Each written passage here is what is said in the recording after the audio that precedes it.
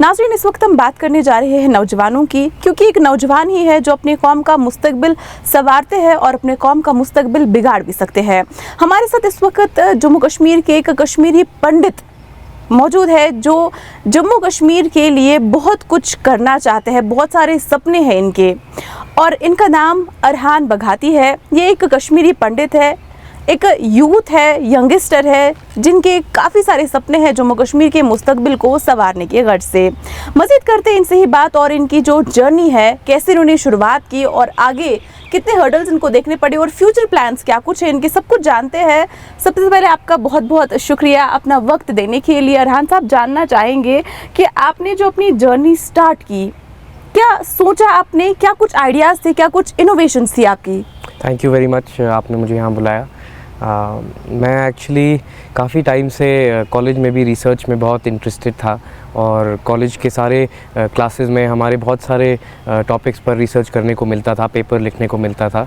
तो वहाँ से मेरी सोच आई कि मुझे यहाँ पर आके एक रिसर्च इंस्टीट्यूट खोलना है और हमें बस डेवलपमेंटल इश्यूज़ पे काम करना था। हम tourism, waste management, tribal communities और एप्पल्स, ड्रग अब्यूज़, अलग अलग डेवलपमेंटल इश्यूज़ को हम डिस्ट्रिक्ट वाइज पकड़ते हैं या टॉपिक वाइज पकड़ते हैं, और उस पे फिर एक्सपर्ट्स के साथ काम करके एक अप्लाइड रिसर्च पेपर लिखते हैं, जिसमें हम प्रॉब्लम आइडेंटिफाई करते हैं और फिर रिसर्च के बाद सॉल्यूशंस सजेस्ट करते हैं अलग अलग लेवल्स पे। तो जैसे कि हमने एप्पल्स के बारे में बात किया, तो हम स्मॉल फार्मर्स के लिए सजेशंस देंगे, हम हॉर्टिकल्चर डिपार्टमेंट के लिए सजेशंस देंगे, पॉलिसी मेकिंग लेवल पे गवर्नमेंट के लिए सजेशंस देंगे, कोल्ड स्टोरेज यूनिट को सजेशन देंगे। तो हर स्टेक होल्डर से हम इंटरेक्ट करते हैं और उनका पर्सपेक्टिव समझते हैं, और उसके बाद अपने पेपर में सजेशन लिखते हैं, और फिर उनको जाके भी ये फ्री ऑफ कॉस्ट देते हैं और कहते हैं कि हमारी रिसर्च के मुताबिक इनसे आपका इंडस्ट्री काफ़ी आगे जा सकता है। जी,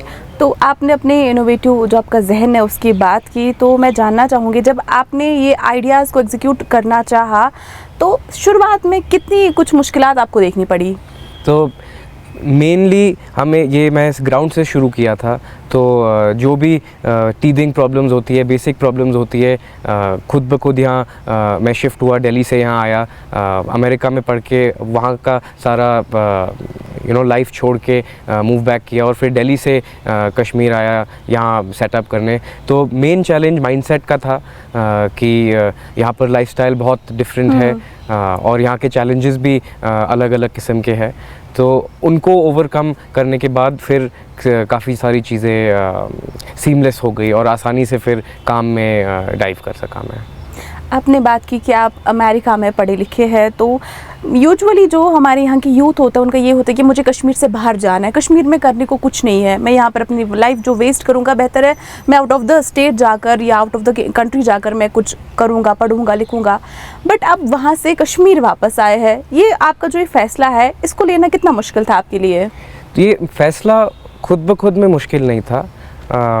इनफैक्ट बाहर रह के पहले जब यहाँ बहुत सारा समय ट्रैवल करता था, और फिर मैं वहाँ काफ़ी साल रहा, तो फिर जब मैं कंपेयर इन दोनों जगह को किया, लाइफस्टाइल को किया, यहाँ का पोटेंशियल बहुत ज़्यादा हाई है। और मैं सोचा कि वहाँ का अगर एजुकेशन मुझे मिला है, अगर मैं यहाँ आके थोड़ा सा भी इम्प्लीमेंट करने की कोशिश करूँ, तो मेरे हिसाब से काफ़ी चेंजेस आ सकते हैं लॉन्ग टर्म में। और मैं अकेला कुछ कर नहीं सकता, अगर काफ़ी सारे लोग, काफ़ी सारे यूथ एक साथ काम करें इन इश्यूज़ पर, डेवलपमेंटल इश्यूज़ पर, तो कश्मीर का जो सारे इश्यूज़ है वो काफ़ी हद तक कम हो सकते हैं, और यहाँ का पोटेंशियल एक्चुअली में रियलाइज़ भी हो सकता है। तो जब आपने इस काम की शुरुआत की, चलिए तो आप अकेले ही थे, तो इस वक्त अगर आपके ग्रुप की हम बात करेंगे तो कितना बड़ा है? तो हमारी टीम में एक सेपरेट डिपार्टमेंट्स है, एक तो ऑफिस का टीम है, एक सोशल मीडिया और टेक टीम है, पर हम रिसर्चर्स के साथ, इंडिपेंडेंट रिसर्चर्स के साथ काम करते हैं। अभी हमने फुल टाइम रिसर्चर्स को रखा है नहीं, क्योंकि वो बहुत कॉस्टली है, और हम अभी बस 2.5-3 साल पुराने हैं, और 2-2.5 साल तक तो ये सेल्फ फंडेड था कम्प्लीटली। तो इसलिए हम इंडिपेंडेंट रिसर्चर्स के साथ काम करते हैं। उनको इंडिया से कहीं भी अगर एक टॉपिक का एक्सपर्ट हमें मिले, हम उनको यहाँ लाते हैं। लोकल कश्मीरी प्रोफेशनल्स के साथ भी हमने काफ़ी काम किया है, लोकल जर्नलिस्ट के साथ, विमेन मेन दोनों के साथ काफ़ी सारा काम किया है। तो हम टॉपिक वाइज रिसर्चर्स को हायर करते हैं, उनका एक्सपीरियंस और एक्सपर्टीज़ देखते हैं और फिर उनके साथ हम एक पर्टिकुलर पेपर पे काम करते हैं। तो हमारा टीम का स्ट्रक्चर लगभग ऐसा है। तो रिसेंटली आप जो आउट ऑफ द कंट्री होकर आए हैं, तो उस एक्सपीरियंस के बारे में थोड़ा बताइए। हाँ जी, तो अभी मैं इंडियन पैरालंपिक कंटिजेंट के साथ कोबे गया था जापान में 2024 वर्ल्ड पैरा एथलेटिक चैम्पियनशिप्स के लिए। तो वो एक काफ़ी डिफरेंट एक्सपीरियंस था।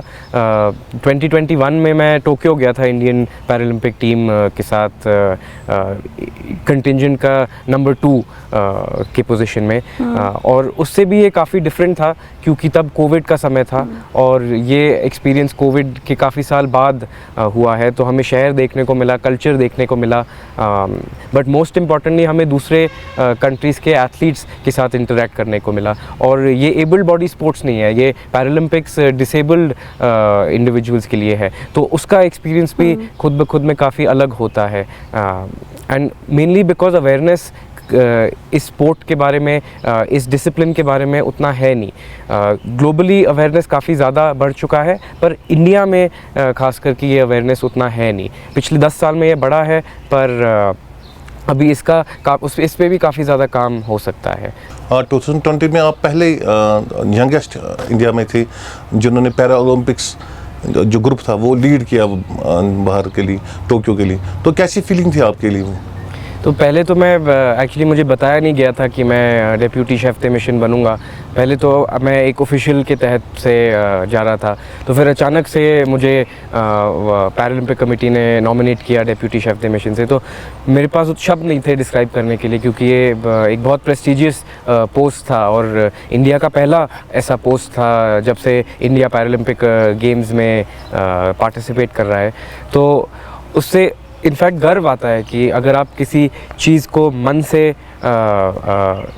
डेवलप करो और किसी एरिया में आप मन से काम करो और फिर उसका रिकग्निशन मिलता है या लोग अप्रिशिएट करते हैं, तो उससे आपको और काम करने का मन करता है और डीपली एक चीज़ में इन्वॉल्व होने को अंदर से मन करता है। तो ये आइडिया कैसे आ गया आपको कि मैं जो फिज़िकली चैलेंज्ड हैं इनके लिए मैं एक प्लेटफॉर्म, इंटरनेशनल प्लेटफॉर्म हम उनको देंगे? आपने एक ऐप भी की थी, रियो ऐप आपने डेवलप की थी 2015 में। तो कैसे ये सफ़र रहा कि आप इंटरनेशनल प्लेटफॉर्म देंगे? मैं एक्चुअली स्कूल में खुद एथलीट था, 100 मीटर, 200 मीटर और हाई जंप नेशनल लेवल पे खेलता था। और एक दिन एक sports for development run host हो रहा था नेशनल स्टेडियम में दिल्ली में, और वहाँ पर मुझे पता लगा कि मिल्खा सिंह जी स्पेशल गेस्ट होंगे। तो वो मेरे आइडल थे, यूसेन बोल्ट भी मेरे आइडल थे। तो मौका ये एक था जिसपे मैं उनको मिल सका। तो मैं जब वहाँ पहुँचा तब मुझे पता लगा कि ये एक अवेयरनेस क्रिएट करने का रन है पैरालंपिक कमेटी के बारे में। और एक एथलीट होने के नाते मुझे कोई भी आइडिया नहीं था 2014 से पहले कि पैरालंपिक स्पोर्ट एक डिसिप्लिन होता है जहाँ डिसेबल्ड लोग पार्टिसिपेट करते हैं। तो ये डिसअपॉइंटमेंट जब मैंने फ़ील किया कि एक पूरा डिसिप्लिन मेरे जहन में बिल्कुल भी नहीं आया डिस्पाइट बीइंग एन एथलीट, तो इसलिए मैं उनके साथ काम करने लगा। और मेन चीज़ ये है कि जो डिसेबल्ड एथलीट्स होते हैं, एक तो उनके पर्सनल चैलेंजेस होते हैं जो वो ओवरकम करते हैं अगर उनको एक्सीडेंट हुआ है या बर्थ से कोई इशू है, फिर सोशल स्टिग्मा होता है जो उनको डील करना होता है, और उसके बाद वो एक स्पोर्ट चुन के उसमें एक्सेल करते हैं। तो they are heroes, each and every one of them are heroes in and of themselves। और इसलिए मुझे ये बुरा लगा कि हम किसी के बारे में भी नहीं जानते। नॉर्मल लोग पैरालंपिक्स के बारे में बिल्कुल भी नहीं जानते या बहुत कम जानते हैं। तो हर एथलीट को जहाँ शाइन करना चाहिए उनके बारे में लोग जानते भी नहीं हैं। तो इससे मुझे बहुत बुरा लगा था और अफसोस की बात थी, इसलिए उनके साथ मैंने काम किया। और फिर उन्होंने मुझे अवेयरनेस एंड इम्पैक्ट एम्बेसडर बनाया था 2015 में, ताकि मैं इसके बारे में अपने लेवल पे सोशल मीडिया पे अवेयरनेस क्रिएट करूं और सोसाइटी को जागरूक करूं इस टॉपिक पर। तो आपका क्या मैसेज रहेगा यहाँ पे जो कश्मीरी बाहर हैं, as son of the soil आप हैं, आप बाहर से जो आपकी मतलब वो वहाँ पे जो इजी लाइफस्टाइल से वो छोड़ के आप कश्मीर वापस आए काम करने, तो आपका क्या मैसेज है उनके लिए कि अपने होमलैंड के लिए आप वापस इतने मतलब लग्जूरियस लाइफ आप छोड़ के वहाँ पे यहाँ पे आगे काम करने? उनके लिए और जो लोकल यहाँ रह भी रही है, जो यूथ है, उनके लिए दोनों मैसेज ही रहेगा कि जो भी अपने लेवल पे कंट्रीब्यूट कर सकते हैं हम, वो इम्पॉर्टेंट रहेगा, क्योंकि एक सोसाइटी का डेवलपमेंट एक अकेले आदमी से हो नहीं सकता।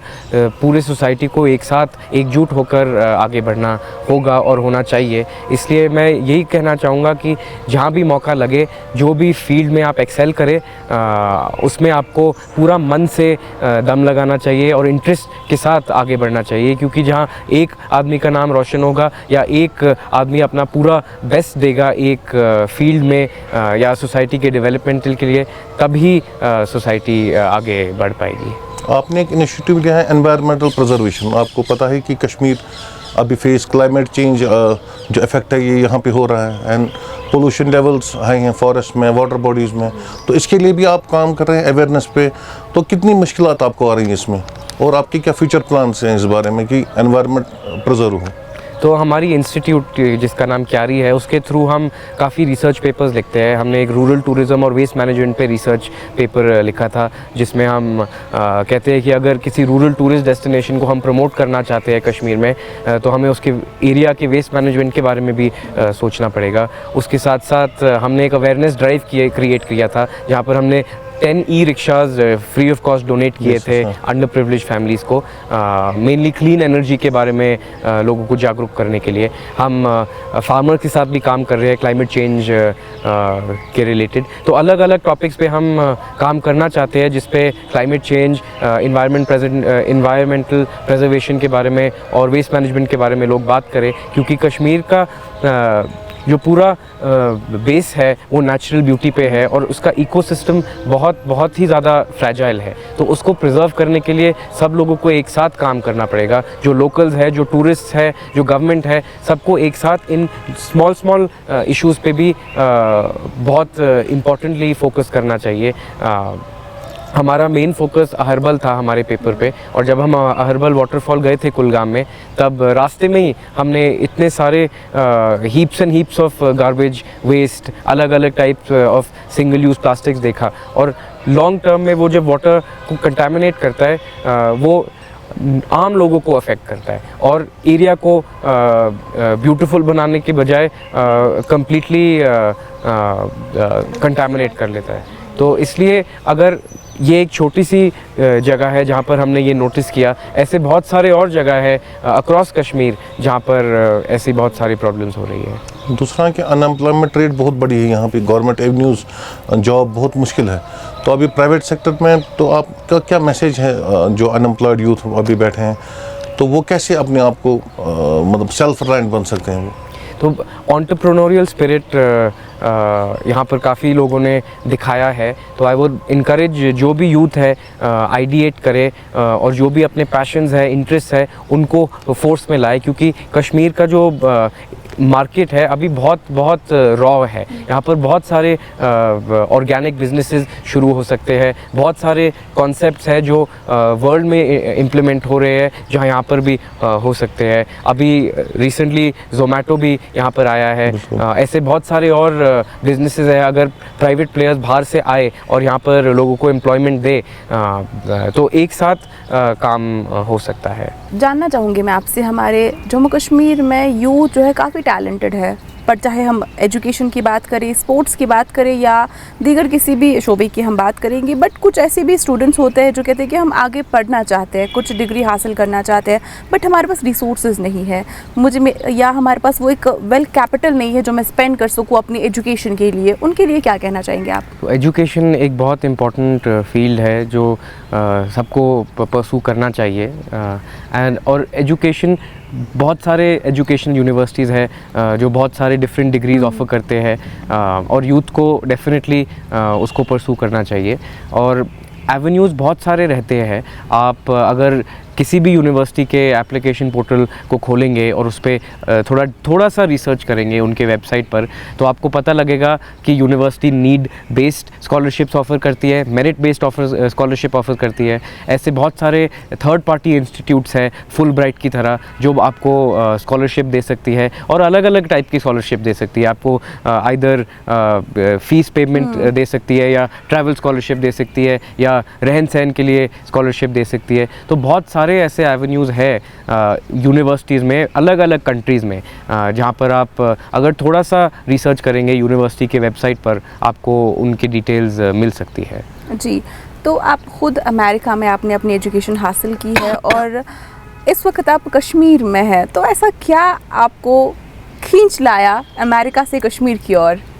तो कश्मीर की, जैसे मैंने पहले भी कहा था, यहाँ का पोटेंशियल बहुत ज़्यादा है और यहाँ पर बहुत सारी चीज़ें हैं जिसका पोटेंशियल अभी रियलाइज़ हो नहीं पाया। और पर्सनली मुझे यहाँ के कल्चर के साथ और यहाँ के लोगों के साथ एक जोड़ है जो बाहर मुझे मिला नहीं, इसलिए अमेरिका को मैं छोड़ के वापस यहाँ आया हूँ ताकि मैं यहाँ पर अपना काम थोड़ा कर सकूँ, जिससे थोड़ा सा डिफरेंस आ सके। और इसलिए मैं अभी वापस अमेरिका जा रहा हूँ अपने मास्टर्स परसू करने के लिए, ताकि वहाँ से जो भी मुझे पब्लिक पॉलिसी की सीख मिलती है मैं यहाँ पर आके कोशिश करूँ इम्प्लीमेंट करने के लिए। और मैं आने वाले लोगों के लिए यहाँ कहूँगा, जो भी टूरिस्ट होंगे और काफ़ी सारे लोकल्स भी होंगे जो उतना उन्होंने यहाँ ट्रैवल किया है नहीं, कि गुलमर्ग, पहलगाम, सोनमर्ग ये तो मेन जगह है जहाँ सब लोग जाते ही है और जाना भी चाहिए, पर बहुत सारी और जगहें हैं कश्मीर में, जम्मू में और उन दोनों के बीच जहाँ लोग जा सकते हैं और बहुत सारी खूबसूरत सुंदर जगह देख सकते हैं। एक ऐसी जगह मैंने देखी थी, पीर की गली, जो हम एक ट्राइबल कम्युनिटीज़ पे पेपर कर रहे थे और कश्मीर से रजौरी की तरफ जा रहे थे, तो वो एक बहुत ही ज़्यादा खूबसूरत जगह है और मुगल रोड भी वैसा ही बहुत ही सुंदर है। तो ऐसे बहुत सारे जगह हैं जहाँ आई वुड इनकरेज टूरिस्ट और यहाँ के लोगों को कि वो जाए और विज़िट करे और देखे। अभी आरिफ साहब से बात करते हुए आपने आइडल की बात की, क्योंकि आप एक एथलीट रह चुके हैं या एथलीट है, तो अपनी ज़िंदगी में कामयाबी हासिल करने के लिए एक वाइज आइडल को चूज़ करना कितना ज़रूरी है? मुझे लगता है ये बहुत इम्पॉर्टेंट है और एक आइडल की ज़रूरत भी शायद नहीं है, बहुत सारे आइडल आपके हो सकते हैं, पर उनको पैशनेटली फॉलो करना चाहिए, क्योंकि एक यंग एज पर लोगों को उतना पता होता है नहीं, और अगर वो किसी आइडल को फॉलो करे, उनके हैबिट्स को फॉलो करे, उनके मैसेजिंग और उनके पैशंस को फॉलो करे, तो उससे बहुत सीख मिल सकती है इंडिविजुअल्स को। इसलिए मेरे काफ़ी सारे आइडल रहे, स्पोर्ट्स में भी, लाइफ में भी, तो आइडल होना I feel is very very important. एक आखिरी सवाल आपसे करना चाहेंगे, आप खुद एक नौजवान हैं और कश्मीर के लिए, जम्मू कश्मीर के लिए इतना कुछ कर रहे हैं, तो बदकिस्मती से हमारे जम्मू कश्मीर में नौजवान लड़के और लड़कियां दोनों की एक तादाद ऐसी है जो गलत रास्तों पर चल पड़े हैं, कोई ड्रग्स में है, कोई किसी दूसरे काम में है, तो उनके लिए आपका क्या मैसेज रहेगा? ड्रग्स तो एक बहुत डैमेजिंग चीज़ है जिससे सोसाइटी डैमेज हो जाती है, सोशल फैब्रिक उसका लॉन्ग टर्म में टूट जाता है। इसलिए ड्रग्स एक ऐसी चीज़ है जिससे बिल्कुल भी हट कर रहना चाहिए। और हमारे पेपर के रिसर्च के समय हमें काफ़ी एडिक्ट्स से मुलाकात हुई, काफ़ी सारे रिहैब सेंटर्स गए और बहुत सारे जो एडिक्ट्स हैं उनको अंदर से ये छोड़ने का एहसास होता है और वो बहुत ज़्यादा कोशिश कर रहे हैं। तो ये मुश्किलात रहती है छोड़ने में, बिकॉज़ ये केमिकल सब्सटेंस है, पर गवर्नमेंट को भी और सोसाइटी को भी और परिवारों को भी पूरी तरह सपोर्ट करना चाहिए अपने यूथ को या जो भी एडिक्टेड है इन सब्सटेंसेस से, ताकि वो इसको छोड़ सके। और ऐसी बहुत सारी चीज़ें हैं जो हार्मफुल है और इनको बिल्कुल भी करनी नहीं चाहिए, स्पेशली यूथ को, क्योंकि यूथ ही एक सोसाइटी को इवेंचुअली आगे लेकर जाएंगे 5, 10, 20 साल बाद। थैंक यू सो मच अपना इतना कीमती वक्त देने के लिए। नाज़रीन, हम सब ने अपनी ज़िंदगी में एक कहावत ज़रूर सुनी है कि जहाँ चाह है वहाँ राह है। अगर आप में कुछ कर दिखाने का, कुछ अचीव करने का गर्ज होता है, विल पावर होता है, तो कोई भी चीज़ आपके रास्ते में रुकावट नहीं बन सकती है। बस आपको हिम्मत करनी है, अपना इरादा बनाना है और आगे बढ़ते जाना है। रेहान साहब, आपका बहुत बहुत शुक्रिया।